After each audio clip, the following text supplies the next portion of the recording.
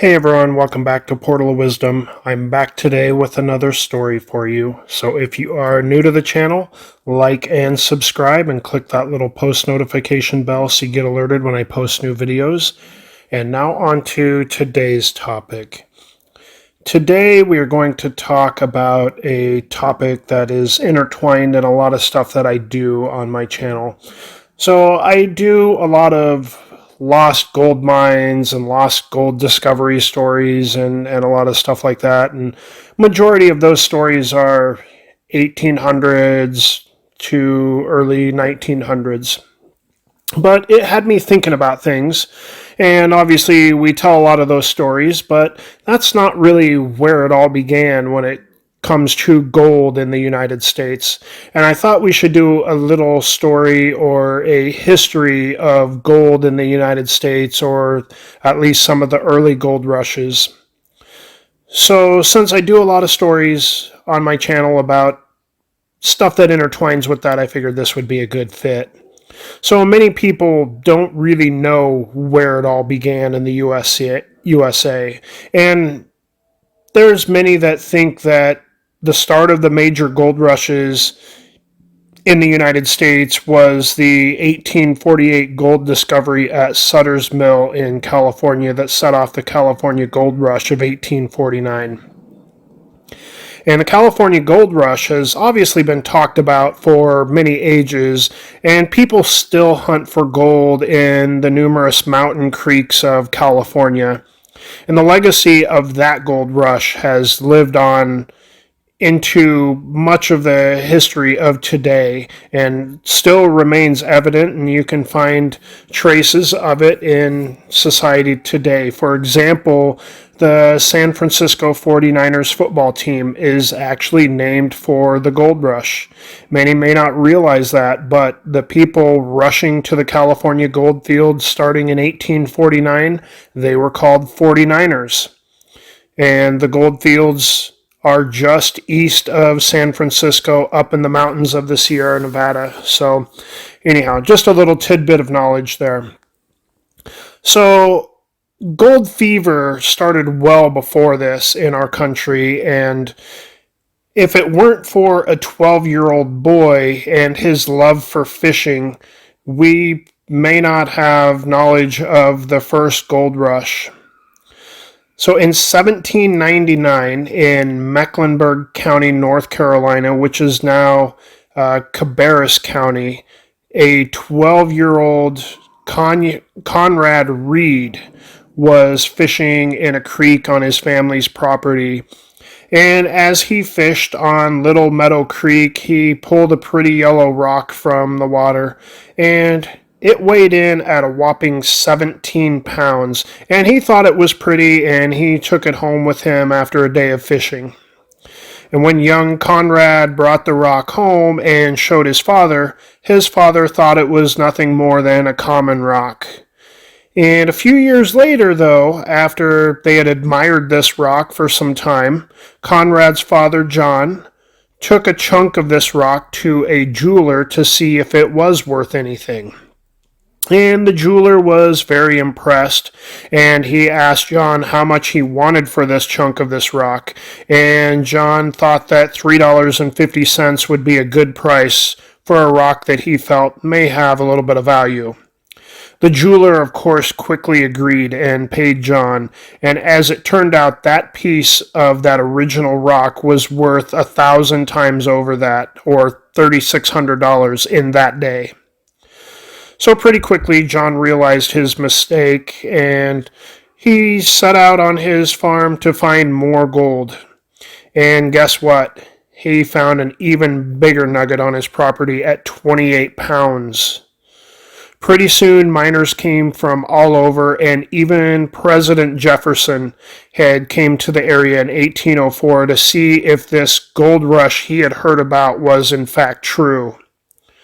And of course it was, and miners were flooding to the area's creeks and everything. In 1831, John Reed's mining operation had left the surface, and he started adding tunnels into the ground to start underground mining operations.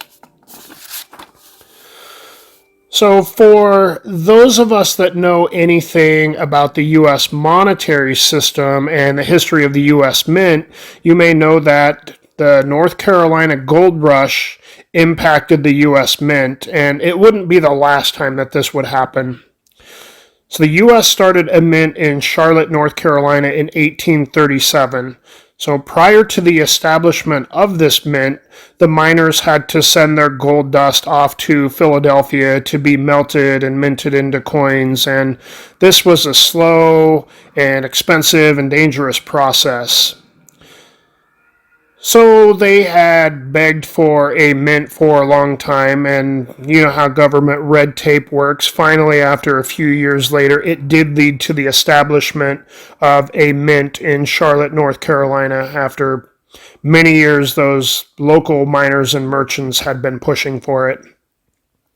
So the Charlotte Mint, it lasted from 1837 to 1861 when the Civil War broke out, and the Confederates had seized the mint for the South, but then they couldn't really keep the operations going, and they turned the mint into a hospital, and that was the end of the Charlotte Mint as we knew it.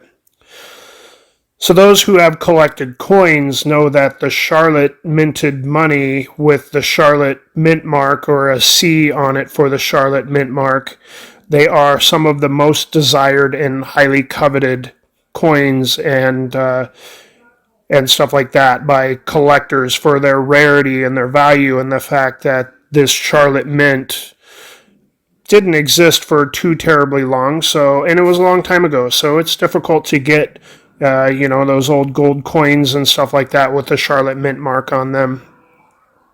While the Carolina Gold Rush was going on, folks in the northern mountains of Georgia were wondering if seams of gold could possibly extend from North Carolina, maybe down into the northern mountains of Georgia.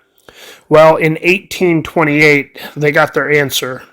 Around this time, there were multiple people that claimed to be the first to discover gold here near Dahlonega and also near Helen, Georgia.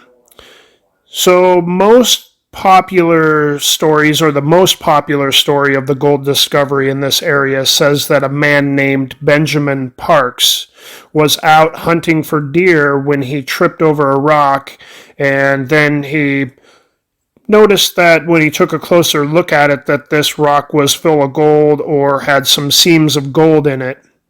And so obviously he took the rock, and the news of the discovery spread. So quite a bit of the land around these parts was still occupied by the Cherokee Nation. And if the white men actually knew anything about the Cherokee language, they would have already known that Dahlonega, which is the name of this town in northern Georgia, Dahlonega is a Cherokee word that means gold or place of yellow metal. So if they would have known anything about the Cherokee language, they probably would have already known to look for gold here, as the Cherokees had probably already found it here many years early and maybe used it for jewelry or other purposes. So the Cherokee were probably well aware of this and what may happen at this point, and the unfortunate result of gold being found here is that lots of white men rushed in and tried to push out the Cherokee, and the government eventually signed that Indian Removal Act of 1830, and the Trail of Tears began, unfortunately. And the next result was that the Native Americans were moved further west and onto reservations to make way for gold mining towns and settlements in the North Georgia mountains. So sometimes there's some very unfortunate circumstances that happened in history due to certain discoveries. Also, this discovery paved the way for the Dahlonega Mint, which was also in operation from 1837 to 1861, and it minted gold coins in the $1, $2.50, $3, and $5 denominations. And it used the D Mint mark, which was later used by the Denver Mint. but the Denver Mint didn't start operation until 1897. So the Dahlonega minted coins were denoted by the D and by the date, which would tell you it was a Dahlonega coin, not a Denver minted coin. So they're also highly sought after coins due to their rarity. And within 20 years of gold being discovered in Georgia, of course, gold was then discovered at Sutter's Mill in California, and the new gold rush began. And this is the gold rush that most people think about when they talk about gold rushes in the United States. A lot of people don't really think back to or don't know anything about the prior gold rushes in the eastern mountains or Appalachia and in North Carolina down into the northern Georgia mountains. And I believe in both of these places, in Dahlonega and northeast of Charlotte, North Carolina, I believe there are like state historic parks for these gold mines, and I think the one in Charlotte does have some mine tunnels that you can tour. And these state historic parks can be pretty cool to show you kind of the history of the area and how everything was discovered and how things proceeded at that point. So if you ever are in these areas, definitely look up some of these museums and other historical parks, because they're definitely worth a visit. So that is a little bit about the history of the gold rush in the United States, or at least the gold rushes in the eastern part of the United States before the big 1848, 1849 gold rush in California.